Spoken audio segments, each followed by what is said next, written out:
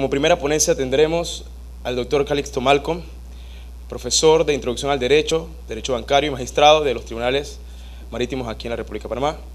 Profesor, bienvenido, el auditorio es suyo. Un aplauso, por favor. Muy buenas noches, respetables estudiantes y el profesor Lescano. Quiero agradecerle, antes que nada, al grupo de estudio de la Facultad de Derecho por invitarme a compartir algunas reflexiones, algunos momentos tal vez de actualización de mi parte y también de profundización sobre algunos aspectos relevantes del derecho marítimo. Por eso yo he querido compartir con ustedes sobre todo aquello que es lo más importante desde el punto de vista de la jurisdicción de los tribunales de justicia panameños. Ustedes saben perfectamente que Panamá es un país maritimista por excelencia.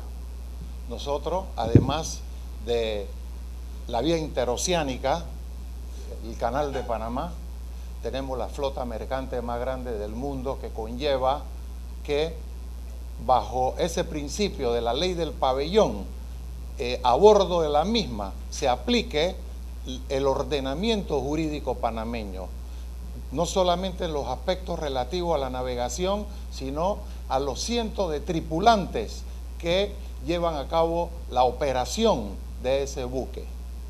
Así que también, si nosotros sumamos al hecho de contar aquí con uno de los mayores puertos, el sistema portuario, uno de los sistemas portuarios más grandes del continente iberoamericano, ¿verdad?, que es Cristóbal Balboa, el puerto MIT de contenedores y también Cocosolo. Tenemos pues que existe muchísima actividad marítima. Por algo se dice que el derecho privado es un germen de conflicto de derecho internacional marítimo.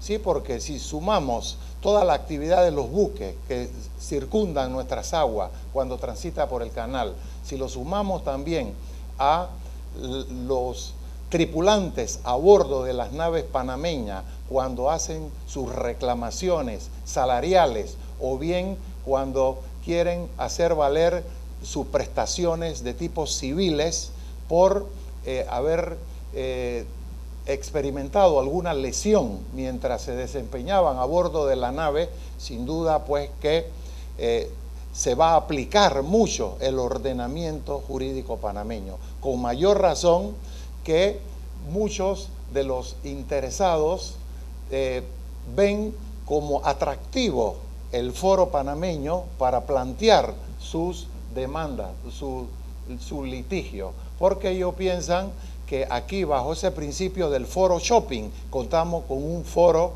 que es bueno, ¿verdad?, eficiente y además satisface las pretensiones de ellos, de los abogados internacionales desde el punto de vista de sus honorarios y también pues que el procedimiento es bastante rápido, expedito y que estos abogados litigantes internacionales lo comprenden, porque nosotros adoptamos el sistema procesal existente con la antigua zona del canal en que ejercían los norteamericanos cuando tenían los tribunales aquí en nuestro país, la antigua jurisdicción para la zona del canal. Bien, entonces yo quiero decirle, pues, señalarle algunos aspectos sobre todo la competencia, cómo se lleva a cabo esa competencia internacional que nosotros ofrecemos a la comunidad internacional.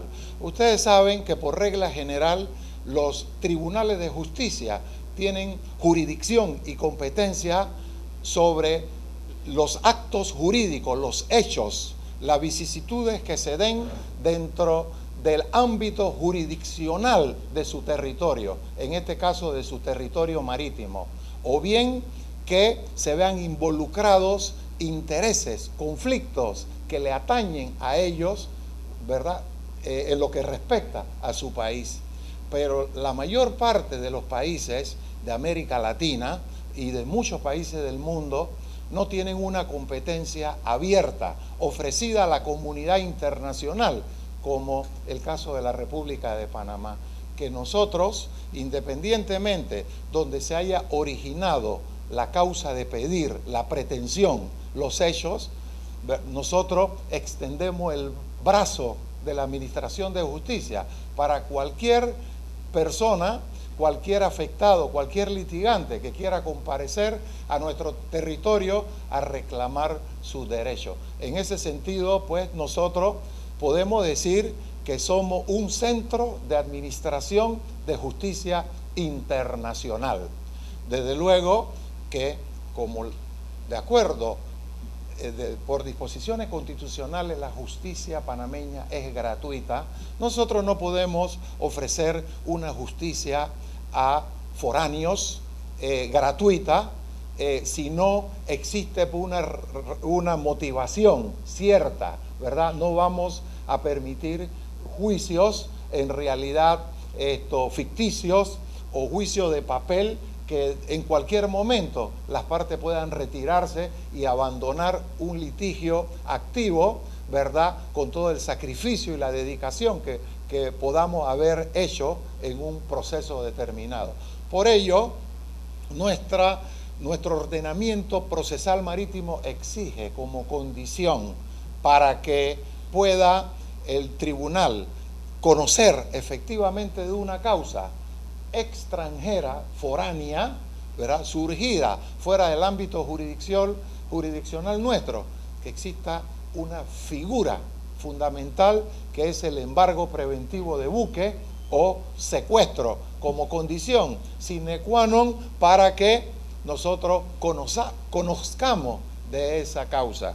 Entonces, me voy a permitir presentarle rápidamente, si me proyectan, por favor, el artículo, ya pensé que estaba puesto, sí, ahí está el artículo 1, no sé si alcanzan a verlo, está, ¿verdad? Entonces, el artículo 19 de nuestra ley contempla el presupuesto inicial sobre la competencia de los tribunales marítimos. Sabemos que los factores determinantes de la competencia de un país, por un lado es la materia, la cuantía, el territorio y el fuero o la investidura que pueda tener una persona que por ese fuero es inmune a los tribunales de justicia. Desde el punto de vista de la cuantía no existe ningún tipo de disposición sobre la cuantía. Desde luego que al proyectarse casos relativos a los buques, la cuantía generalmente suele ser de una cantidad más o menos considerable. Entonces no vamos a hacer referencia mayormente a la cuantía porque no tiene mayor importancia. La materia sabemos que es, como dice ese artículo 19, los actos relativos al comercio, transporte y tráfico marítimo que se den dentro del territorio de la República de Panamá. Se puede decir que se trata de los actos emergentes, ¿no?, surgidos, relevantes, con la actividad navegatoria.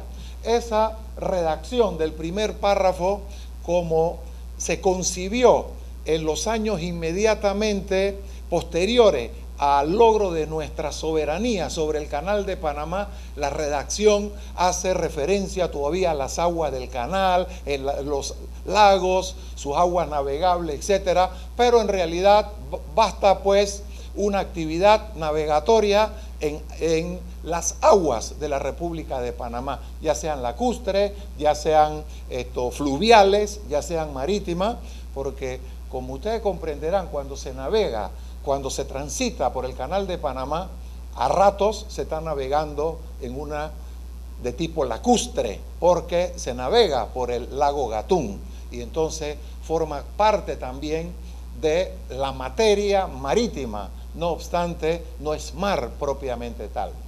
Entonces, cualquier navegación, ¿no?, cualquiera que sea el buque que circunde aguas que se consideren navegables, vamos a decir el río Mamoní, el río Tuira, cualquier río de la República de Panamá navegable y que alguna embarcación, ¿verdad?, circunde esas aguas, entonces puede llegar a ser competencia de los tribunales marítimos desde el punto de vista de la materia. Y entonces, en lo que respecta al territorio, los actos ocurridos dentro del territorio de la República de Panamá. Pero primero vamos a referirnos al factor fuero, ¿no? Por regla general, los tribunales de la República de Panamá en causas internacionales no puede conocer acciones dirigidas contra buques de Estado, ¿no? Dedicados a actividades eminentemente estatales, es decir, afecto a una misión oficial o pública. Entre ellos podemos mencionar los submarinos, los buques de guerra, un buque público de investigación estatal, no pueden ser objeto de acciones judiciales y menos de secuestro o embargo preventivo. Entonces existe inmunidad, ¿no?, con respecto a ese tipo de embarcaciones, a menos que la misma, que sea un buque público, pero esté dedicado a actividades mercantiles, comerciales, en un plano de igualdad como cualquier otro buque comercial. Y en ese sentido sí puede ser objeto de acciones judiciales. Pero vámonos al territorio, ¿no?, sobre el cual se ejerce la jurisdicción, la competencia propiamente tal, ¿no?, y la internacional, para que cuando hablamos de un acto suscitado, ¿no?, en el territorio de la República de Panamá, nos referimos también a un acto que se haya producido desde, hacia o durante la travesía de un buque o una relación jurídica en la República de Panamá. Recordemos que nosotros tenemos a la zona libre, que hay una gran cantidad de movimiento. Y hablar de nuestra zona libre no es más pues que descargar mercancía para volver a cargarla en otros buques con otro destino determinado, incluyendo el canal seco, que es el ferroviario, cuando la carga, los contenedores son transportados vía tren hacia el otro puerto determinado. Entonces, es posible que una transacción que se realice aquí en Panamá, pero que se hace a la distancia con comerciantes en el extranjero, pero desde el punto de vista jurídico se entiende, se va a reputar que es una causa eminentemente nacional, porque se produjo, ¿verdad?, la causa de pedir el conflicto, la discrepancia entre las partes en la República de Panamá, ya sea desde aquí en Panamá, que iba a salir la mercancía, el cargamento, y tuvo algún percance, o bien una que venía con destino a la República de Panamá, a zona libre. Digo zona libre porque el movimiento hacia zona libre es mucho mayor que el caudal de carga que viene con destino a la República de Panamá propiamente tal. Nuestra zona libre es un movimiento constante, tanto así pues que el puerto de Manzanillo es uno de los puertos de contenedores más grandes de América Latina, comparable nada más con los puertos del colosal país Brasil, que es un país enorme, más que un estado, es un continente verdadero. Y sin embargo, nuestro puerto de Manzanillo en materia de contenedores está ahí prácticamente haciéndole collera, ¿no?, ahí casi a punto de competir con puertos como Manao, por ejemplo, Santo, etcétera. Bueno, entonces, la causa que se produzcan aquí en la República de Panamá no hay problema, pero cuando la causa de pedir, la pretensión, los hechos, los actos se producen fuera del ámbito territorial que constituyen las aguas navegables de Panamá y los puertos panameños, entonces, por regla general, para adquirir competencia, para que el tribunal pueda conocer de una causa, tiene que haber la figura fundamental del secuestro el secuestro o embargo preventivo de un bien como condición para que el tribunal tenga competencia. Ya sea que ese secuestro se produzca a través de los llamados créditos marítimos privilegiados o maritime lien, ya sea a través de un crédito llamado estatutario in rem, ¿no? Lo llamado esos créditos, o cuando se ejercita una acción mixta. Pero lo cierto es que habiendo la posibilidad de aprender físicamente un bien del demandado, entonces el tribunal marítimo adquiere competencia, ¿verdad? Fíjense ustedes que el numeral 1 aquí, a ver cómo bajo yo aquí.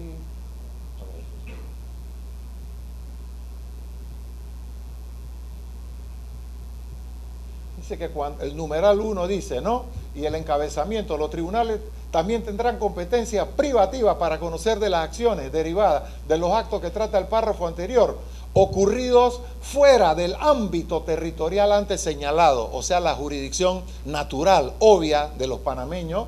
Uno, cuando la acción, la demanda, vaya dirigida contra la nave, directamente contra la cosa, la nave o su propietario, y la nave respectiva contra la cual va dirigida la acción, sea secuestrada dentro de la República de Panamá, ¿no?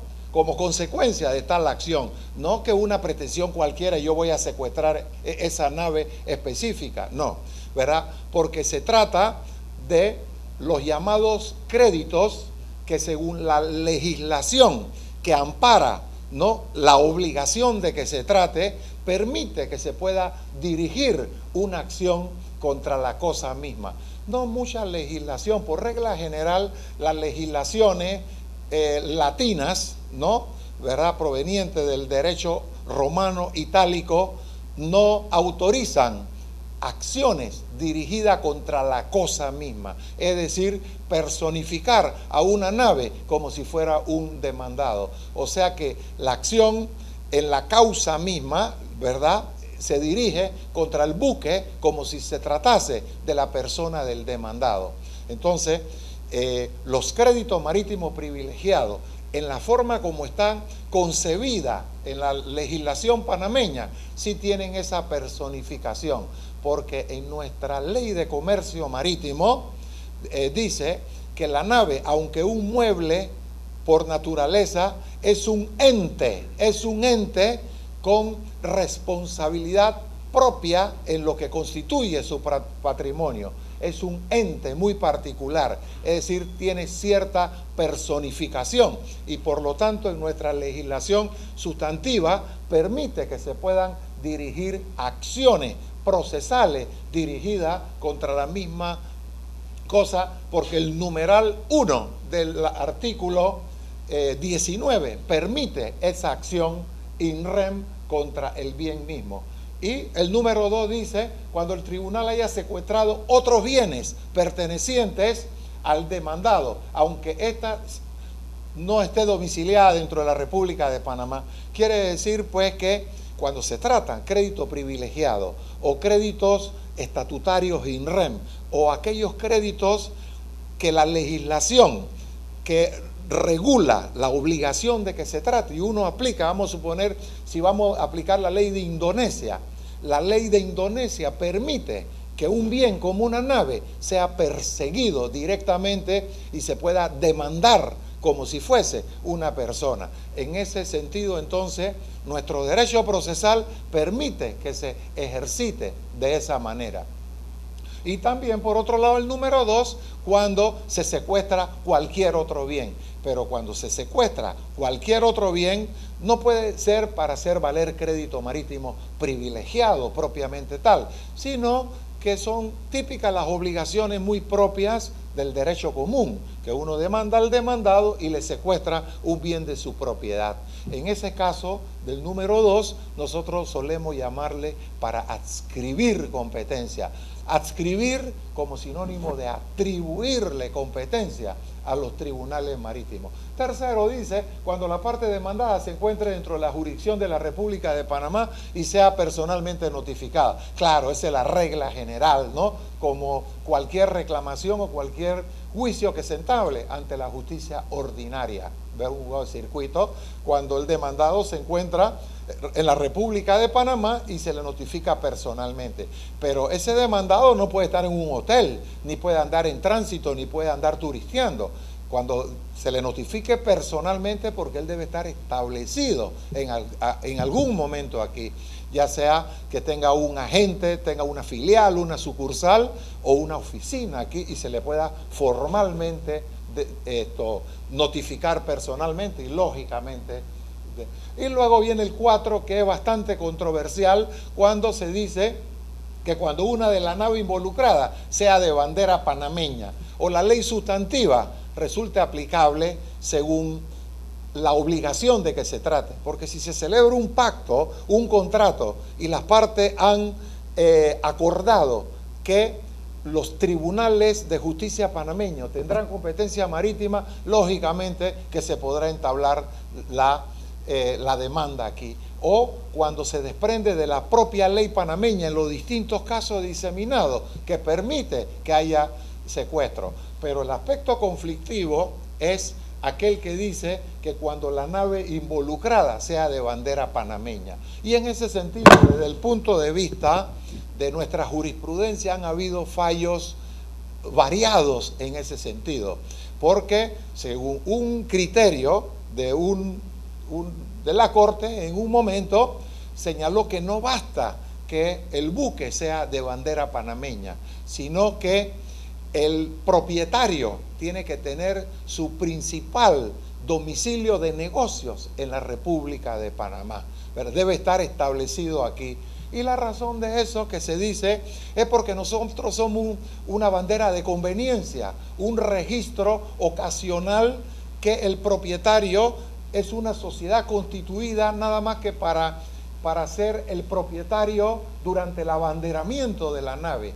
Pero los intereses económicos, los individuos, no están establecidos aquí en Panamá, no vienen nunca a Panamá y en realidad ellos están valiéndose de ese servicio registral que ofrece la República de Panamá. Y en cierta medida yo pienso que nosotros debemos proteger a esos intereses económicos que registran sus naves en Panamá y que constituyen sociedades propietarias de esos buques al mismo tiempo y que a la vez constituyen y celebran créditos hipotecarios por muchos millones para garantizar esos préstamos bancarios a través de una nave registrada en la República de Panamá. Eso significa que Panamá pues refleja mucha confianza a la comunidad internacional para que registren su buque aquí en Panamá a través de una sociedad nacional y además de una hipoteca naval. Entonces, se ha pensado en alguna decisión que basta que el buque sea de bandera panameña y por ese solo hecho ya se tiene competencia. ¿Qué efecto produce el hecho que se tenga competencia? Cuando se tiene competencia y es una causa eminentemente nacional, por regla general para secuestrar, usted tiene que consignar de un 20 al 30% de la cuantía de la demanda. Quiere decir que si usted va a secuestrar por $1 millón, quizás el juzgador le pida pues un 25% del $1 millón de la cuantía de la demanda. ¿Cuánto sería? $250.000, ¿verdad? Como mucho dinero que quizás muchos litigantes, muchos demandantes, no se animarían a venir a interponer la demanda aquí. Sin embargo, si es un caso eminentemente foráneo, no circunscrito a la jurisdicción panameña bajo ese concepto, nada más vale consignar $1.000 de caución. Imagínense usted, solamente 1.000 balboas. Entonces, esa es la disyuntiva que nos encontramos si por el hecho de una nave ser de bandera panameña, ya el Tribunal Marítimo tiene competencia. Y si tiene competencia, de acuerdo al artículo 168 debería consignar del 25 al 30% sobre la base del numeral 1 del artículo 166 que vamos a ver, que se consigna del 20 al 30%. En cambio, si se trata de un crédito marítimo privilegiado, que se dirige la acción directamente contra la nave, o la demanda es para adscribir competencia, entonces se consigna solamente 1000 balboas. Entonces, vamos a ver cómo el artículo 166 es un artículo tremendamente importante en la jurisdicción panameña. Y es que la figura del secuestro o el embargo preventivo en la legislación marítima nuestra y muy propia del sistema anglosajón, esa medida cautelar tiene una finalidad no solamente para evitar la ilusoriedad de la pretensión, sino que el secuestro tiene una finalidad también de atributiva de competencia, atributiva de jurisdicción. Y es que en el sistema anglosajón, angloamericano, las acciones para hacer valer crédito marítimo privilegiado, la acción va directamente contra la cosa propiamente tal. Y si usted no aprende físicamente la cosa, no la secuestra, sencillamente no tiene competencia. Máxime que con el secuestro se produce la notificación personal de la demanda y se traba la litis. Porque si usted no puede notificar personalmente una demanda, estrictamente hablando, en el derecho internacional se estaría atentando contra el debido proceso de ley, ¿no? Contra el due process of law. Por eso el secuestro, ¿verdad?, para hacer valer un crédito marítimo privilegiado o para adscribir competencia, tiene una finalidad no solamente de salvaguardar la pretensión final del juicio, sino una finalidad para adquirir competencia a los tribunales marítimos. A contrario sensu, si no hay secuestro, no se puede tener jurisdicción o competencia. Incluso, según dice ese artículo 166, aunque el buque sea de bandera panameña. Entonces nos encontramos pues con esa dualidad conceptual. Por un lado, que el 19 dice que se tiene competencia por el hecho de una de las naves o las naves ser de bandera panameña. Y por otro lado, el artículo 166 que señala las finalidades del secuestro en el numeral 2, para ir y ser bastante breve, dice en el último párrafo: se considera que el demandado está fuera de la jurisdicción panameña cuando su domicilio efectivo y real de negocio esté fuera de la República de Panamá. Aun cuando la sociedad sea panameña o siendo extranjera, esté registrada en Panamá o tenga sucursales, empresas filiales en Panamá, o que la nave esté registrada en Panamá. Nótese que ese artículo señala que se considera que un demandado se encuentra fuera de la jurisdicción. Y si un demandado se encuentra fuera de la jurisdicción, usted no puede trabar una litis con respecto a ese demandado, porque ¿cómo lo va a notificar? Usted no tiene jurisdicción, usted no tiene competencia para poder conocer de una causa frente a ese demandado específico. Entonces, nuestra jurisprudencia ha sido vacilante en el sentido de seguir pues distintas pautas cuando el artículo señala pues dentro de las finalidades del secuestro. El secuestro decretado por los tribunales marítimos tendrá por finalidad: uno, evitar que el proceso sea ilusorio y que la parte demande, trasponga, enajene, grave o disipe bienes susceptibles de tal medida. Ese es el concepto general de secuestro tradicional, ¿no? para evitar la ilusoriedad de un juicio. Es más, es un derecho a un debido proceso garantizarle el fumus bonis iuris, ¿no? Y también el derecho puede la persona poder, ¿cómo decirle?, tener un resultado aceptable, certero. Pero también existe otra finalidad. Esa finalidad del número 1 está reservada para los casos eminentemente panameños, igual como si se litigara en un juzgado de circuito. Pero cuando es un caso internacional, que son la mayor parte de los casos que nos interesa a los panameños y a los abogados, a los litigantes, tanto foráneos como locales, es que la acción, ya sea para hacer valer un crédito privilegiado, que sea in rem, como se dice, contra la cosa misma, o bien caiga número del 2 para adscribir. Nótese que adscribir, sinónimo de atribuir a la competencia de los tribunales marítimos panameños el conocimiento, o sea, atribuirle el conocimiento. La ley es clara, no pueden haber interpretaciones extraleyes, contrarias a la ley, ¿no? ¿Verdad?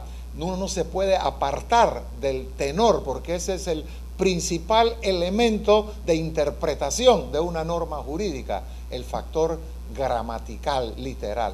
Y esa norma, desde ese punto de vista, es tremendamente claro, que nos dice pues que no basta que el buque sea de bandera panameña, porque se considera que está fuera de la jurisdicción de los tribunales marítimos panameños, lo que significa que se tendrá que aprender físicamente, tendrá que secuestrarse dentro de ese numeral 2 para adscribir competencia, ¿no? Y el número 3, que nos dice aprender materialmente, es decir, secuestrar. Viene susceptible de secuestro para ser efectivo crédito privilegiado, gravámenes marítimos, cualquier crédito que según el derecho aplicable permite perseguir a una nave in rem.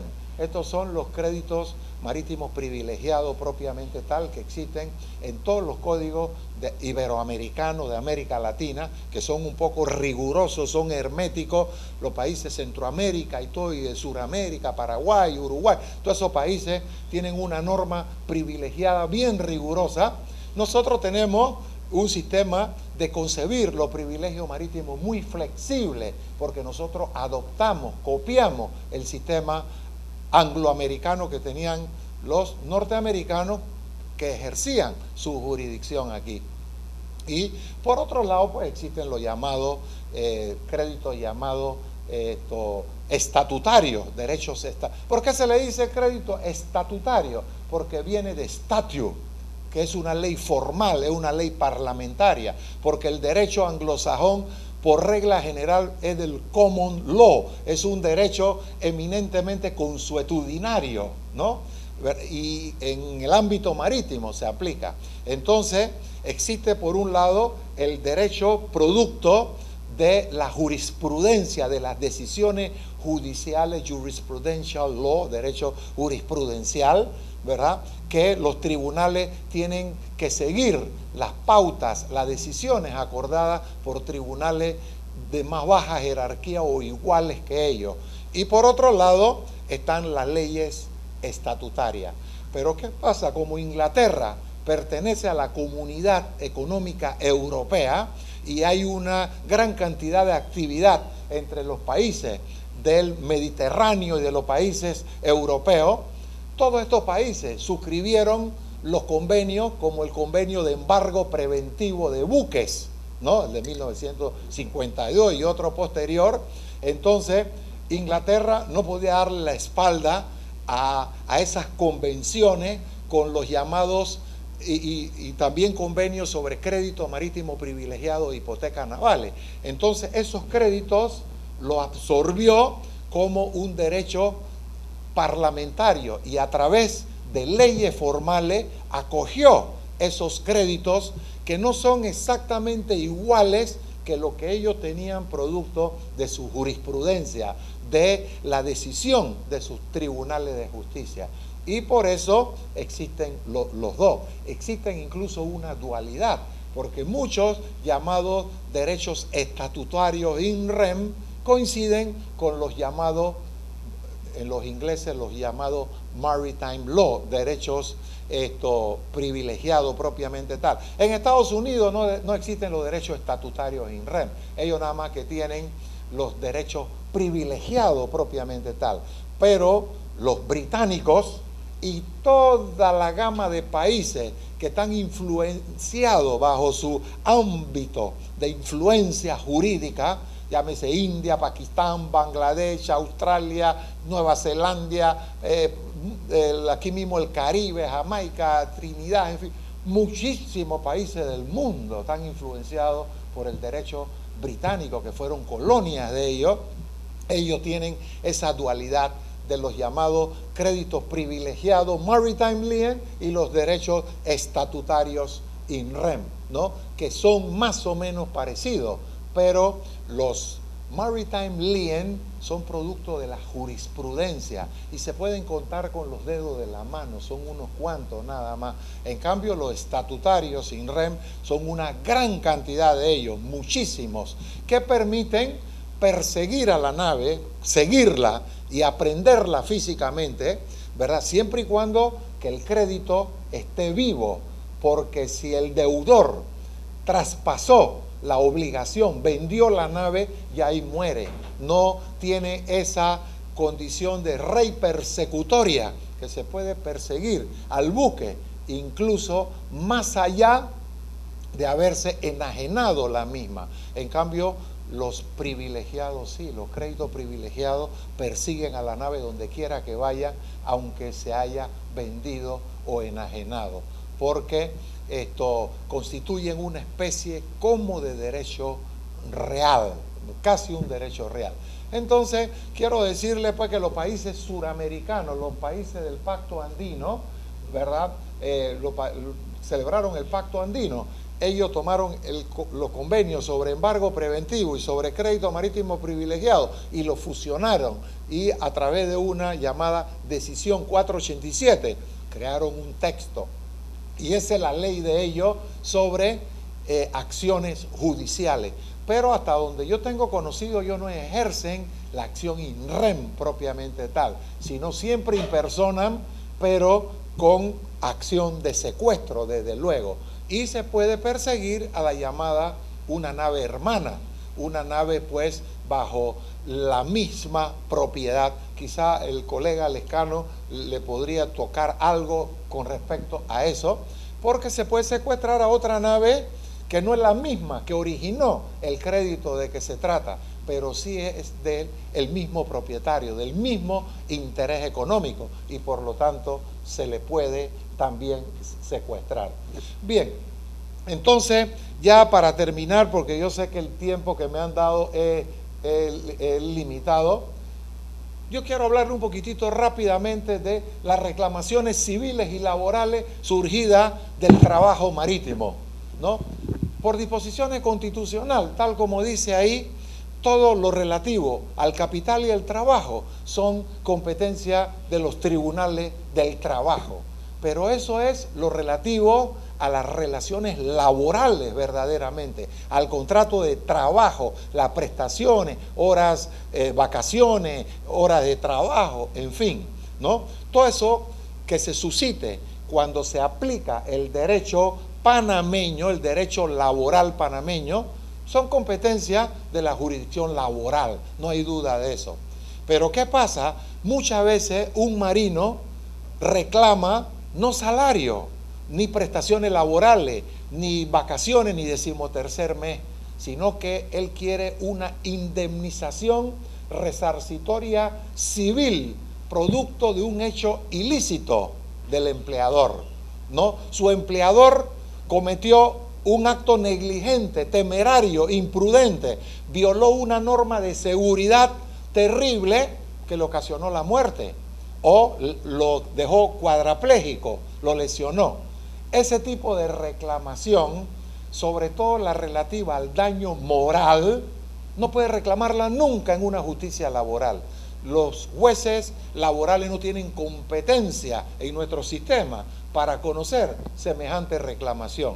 Entonces, ese tipo de reclamación sí es competencia de los tribunales marítimos, porque no pueden interponerse ante la justicia laboral determinada. Entonces, los tribunales marítimos tienen competencia para conocer causas atinentes o relevantes a los trabajadores. ¿Cuáles de ellas? Las relativas a lesiones personales, cuando se persigue digamos, el daño moral, el daño emergente, el lucro cesante, pero por culpa o negligencia, fundada en la legislación civil, no laboral. Artículos 1644, 1645, etcétera, del Código Civil. Entonces, es una acción resarcitoria civil. Pero ¿qué pasa también? Que los tribunales laborales panameños no conocen una reclamación de marinos si el derecho aplicable no es el Código de Trabajo panameño. ¿Y por qué se daría esto? Tal vez porque el desempeño laboral era a bordo de un buque extranjero regido por una ley foránea, ¿verdad? Vamos a suponer que el trabajo era a bordo de una nave venezolana o nicaragüense o norteamericana. Entonces el derecho aplicable no es el derecho laboral panameño, sino del país de cuya bandera está ondeando ese buque, ese ordenamiento jurídico. Entonces, esa demanda laboral, incluso salarial, no se puede interponer ante la justicia laboral panameña. Entonces, como el sistema nuestro la descarta, pero los tribunales marítimos sí la recogen, ¿verdad? La recogen como un residuo de la jurisdicción laboral panameña. Entonces los tribunales marítimos panameños sí conocen causas laborales por salario, vacaciones, 13º mes, pero aplicando la legislación extranjera. Y también con mayor razón las reclamaciones por culpa o negligencia de tipo del desempeño laboral. Una lesión, una pérdida de un brazo, la muerte de un marino a bordo de una nave venezolana o de cualquier país, lógicamente el tribunal tiene competencia. Por eso dice específicamente en los últimos párrafos, dice, ¿no? Competencia privativa de los tribunales laborales panameños. Sin embargo, las acciones civiles que surjan para reclamar el resarcimiento de daños y perjuicios, nótese, no prestaciones laborales, daños y perjuicios enmarcados en los supuestos que nosotros vimos del artículo 19 allá arriba, reclamaciones eminentemente mercantiles civiles, dice, serán competencia de los tribunales marítimos cuando ocurran como consecuencia de un accidente de trabajo. Más que un accidente de trabajo, yo diría, cuando ocurran como consecuencia de un infortunio, de un acto desafortunado a bordo, porque un accidente, en términos generales, un accidente puede que no sea culposo o negligente y se rija por la ley laboral. Pero bueno, en todo caso dice un accidente de trabajo causado por dolo, culpa o negligencia del empleador o de un tercero. Esa culpa lógicamente tiene que sopesarla el juzgador, ¿verdad? Que en criterio del mismo debe ser una culpa grave, porque la culpa grave o negligencia grave, no hay negligencia leve ni levísima, la negligencia de por sí es culpa grave. Y es que la culpa grave equivale al dolo en materia civil, cuando en culpa grave, acá, en nuestro mundo no penal, es equivalente al dolo. Por eso puede haber una culpa grave en un torneo electoral, por ejemplo, una temeridad, una impericia, un abuso tremendo, ¿verdad? Y en el mundo civil es una temeridad, es una culpa grave, ¿no? Una cuestión osada de parte de un individuo. Pero en el mundo penal sería dolo, sería una conducta eminentemente dolosa y criminal, ¿verdad? Entonces, los tribunales marítimos también tienen competencia por actos relativos y surgidos a bordo de las naves.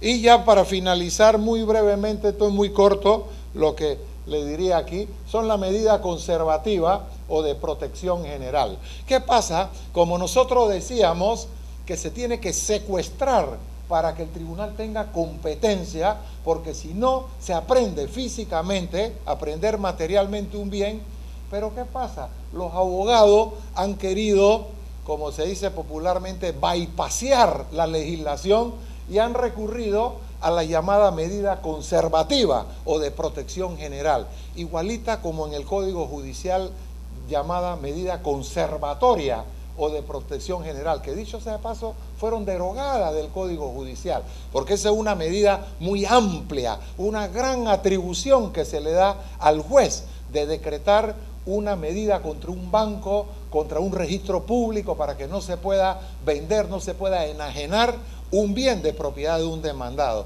Entonces, ¿qué pasa? Los abogados, como el buque no iba a pasar por aquí y no podían secuestrar ningún bien de propiedad del demandado, que pedían entonces una medida conservativa y de protección general, que según la norma, nada más que exige que no se puede imponer una caución para la medida menor de $10,000 y el tope serían 50,000, pero las peticiones eran millonarias, 14 millones, 15, 16 millones. Imagínese decirle a un banco que usted no puede levantar una hipoteca de una nave, o al dueño de una nave decirle usted no puede enajenar, usted no puede vender su nave porque hay una medida conservativa y de protección general en la República de Panamá. Pero ¿qué pasa? Esta medida conservativa, estrictamente hablando, debe decretarse dentro de un juicio ya. Y si un buque no ha pasado por la República de Panamá y no ha sido secuestrado, no ha sido notificado el demandado, ya sea para atribuir competencia o para hacer valer un crédito marítimo privilegiado. Y si no se ha notificado al demandado, ¿cómo el tribunal llega a tener competencia para decretar una medida que le diga a un banco, oiga, usted no puede cancelar esa hipoteca, o al dueño usted no puede vender su nave? Una cuestión muy delicada con respecto a los intereses económicos que han venido a la República de Panamá, porque le da cierta garantía. Porque ellos saben que si el buque no pasa por aquí, yo no tengo problema, porque no me pueden secuestrar y no pueden entablar una acción en mi contra, porque requiere una aprehensión física para hacer valer un crédito marítimo privilegiado o para adscribir competencia. Pero a través de la medida conservativa o de protección general, y creemos pues que esta norma, porque si ustedes se fijan, ya para terminar definitivamente, dice, ¿no? Dice, además de los casos regulados, la persona a quien asiste un motivo justificado para tener que durante el tiempo anterior al reconocimiento judicial de su derecho, el tiempo anterior a la sentencia, no, porque no está redactada, si una persona tiene temor que de aquí a que interponga una demanda se puede ver afectado, es distinto, pero aquí antes de la dictación de la sentencia, de su pronunciamiento judicial, ese temor, entonces puede pedirle al juez una medida conservativa o de protección que, por ejemplo, evite que una nave sea vendida siempre y cuando que presente una prueba sumaria, ¿no? ¿Verdad? Que dé apariencia de seriedad de su pretensión, ¿no? Y presente una caución que le pida al juez. Pero el tribunal delicadamente tiene que sopesar verdaderamente que el tipo tiene temor, que puede verse perjudicado con una pretensión que de aquí a que él interponga su demanda va a ser ilusoria su pretensión, tal como si fuera el número 1 del artículo 166. Pero estrictamente hablando, el 206, este artículo fue copiado del Código Judicial, y lo que pasa es que el Código Judicial se aplica a puros casos nacionales nada más, que siempre los tribunales tienen competencia inequívoca, y siempre, porque es un código local, pero la ley marítima es de carácter internacional, y en muchos casos el Tribunal Marítimo ni siquiera tiene competencia, ¿verdad? Y no tiene competencia mientras no secuestre un bien, ¿no? Para adscribir competencia o para hacer valer un crédito marítimo privilegiado. Y así que mientras tanto, pues sencillamente, ¿cómo va a decretarle una medida dirigida al banco? Hay una jurisprudencia por ahí que un buque registrado en Panamá que tenía una hipoteca por 19 millones de dólares, parece pues que la multaron a la nave panameña por irregularidades en las normas de seguridad. Entonces el demandante, que vino desde el extranjero, él dijo que a propósito el dueño de ese buque está simulando irregularidades técnicas para que lo expulsen del registro panameño, y al expulsarlo del registro panameño, el título de dominio y la hipoteca, porque lo accesorio hipotecario sigue la suerte de lo principal, que sería la expulsión del registro panameño. Entonces presentaron a través de una medida conservativa un acreedor hipotecario que tenía inscrita una hipoteca y como garantía el buque, diciéndole al tribunal: lo que pasa es que el propietario del buque, él quiere que quede sin efecto esa hipoteca, simulando y no contestando a las, digamos, a la exigencia del tribunal que cumpla con las normas de seguridad. Entonces, cuando se le presentó al tribunal esa petición, el tribunal accedió, pero no sobre la base como estaba siendo planteada por el demandante a través de la medida conservativa, porque en realidad el tribunal sí tenía competencia, porque la hipoteca se regía por la ley panameña, y recordemos que habíamos dicho que cuando la ley panameña se aplica por disposiciones del mismo contrato, entonces el contrato hipotecario aplicaba la ley panameña y decía que se regiría por la ley panameña. Pero ¿qué pasa? La medida conservativa se decretó efectivamente, pero dirigiendo no al registro público, sino a la Marina Mercante, y decirle que aunque las normas de seguridad no se cumplan, no señale ninguna medida al registro público para que quede sin efecto la inscripción registral del buque. O sea que, aunque la Marina Mercante decrete la cancelación del registro del buque, sin embargo, no oficia al registro público para dejar sin efecto el título registral y la hipoteca correspondiente, ¿verdad? O sea que el tribunal accedió desde ese punto de vista, porque esta era una forma, se la muestro, que pudiese servir para evadir la necesidad de secuestrar un bien de propiedad del demandado. Los abogados litigantes que estaban aquí, como el Carreira y yo, han tenido muchos juicios sobre estos tópicos y esta materia. Bueno, esto es lo que yo podría decirle por de pronto, pues, en este coloquio con ustedes jurídicos. Gracias.